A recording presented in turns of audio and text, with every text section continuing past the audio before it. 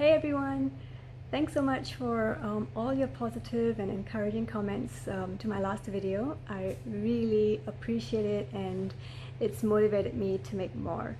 So today I'm going to speak about a common question that I get all the time. I've been nomadic now for about 7 years, since the 4th of March 2013, and I remember the day vividly because it's also my father's birthday. So anyways, the question I get a lot, especially in my friend circle, is how do you afford to travel so much? So no one has openly, told me what they assume, but I'm assuming that people think that I come from money, or that I have a rich husband, or maybe I received an inheritance, or whatever. I mean, I really don't know what people assume, but it's probably one of the above, right? So to make it clear, none of the assumptions I mentioned are correct. In fact, when I first went nomadic, I had more money in savings and assets than my partner did. And today, I'm what people like to call a digital nomad.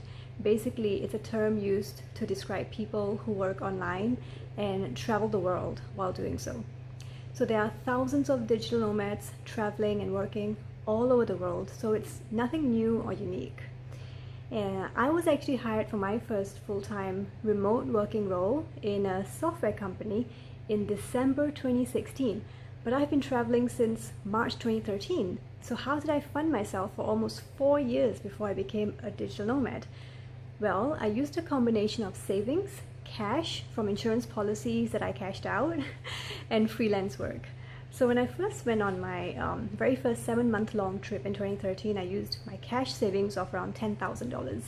To save money while traveling, I would couch surf or stay in really cheap accommodations to save money and cook instead of eat out. So after traveling around 14 countries, I only had around $3,000 left. So I went back to my old job for another 10 months to save more money. Unfortunately, it really wasn't enough time to save up a substantial amount of money, and I wanted to keep traveling. So this time, I quit my job and cashed out one of my 3 policies.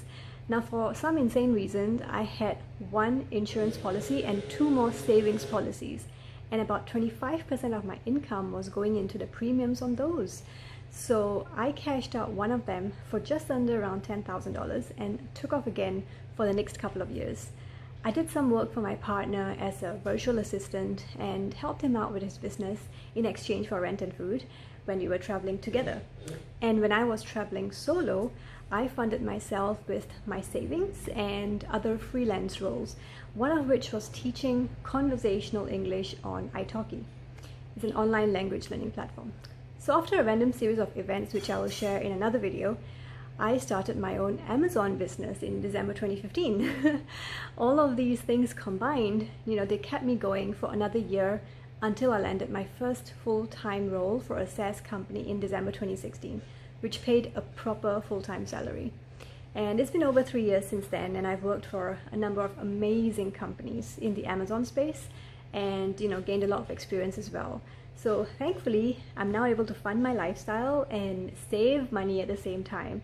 So I don't have to keep cashing out all my insurance policies to live this way. I stay in nice places and I splurge on restaurants and massages if I want to. So guys and girls, that's my full transparent version of how I afford to travel. It took me almost 4 years of grinding to get my first big opportunity, and a lot of hard work and constant learning to keep growing professionally. So you don't have to have it all figured out right away. Just look around you for inspiration and grab opportunities as they present themselves. There's a lot of cliches coming up now, but don't be afraid to fail. Be afraid not to try. And the biggest thing is believe in yourself. Because if you don't, no one else will. I was convinced that I was smart enough to figure it out. And if others could enjoy this lifestyle, I didn't see why I couldn't. And I really wanted it bad enough, So I'm going to do another video on my step-by-step journey of all the things I did to go from working in a lab to becoming a digital nomad. So if you have any questions for me, just drop them as a comment below and I'll cover them in a separate video. So thanks for listening again, everyone, and until next time, follow your heart and live fully. Bye.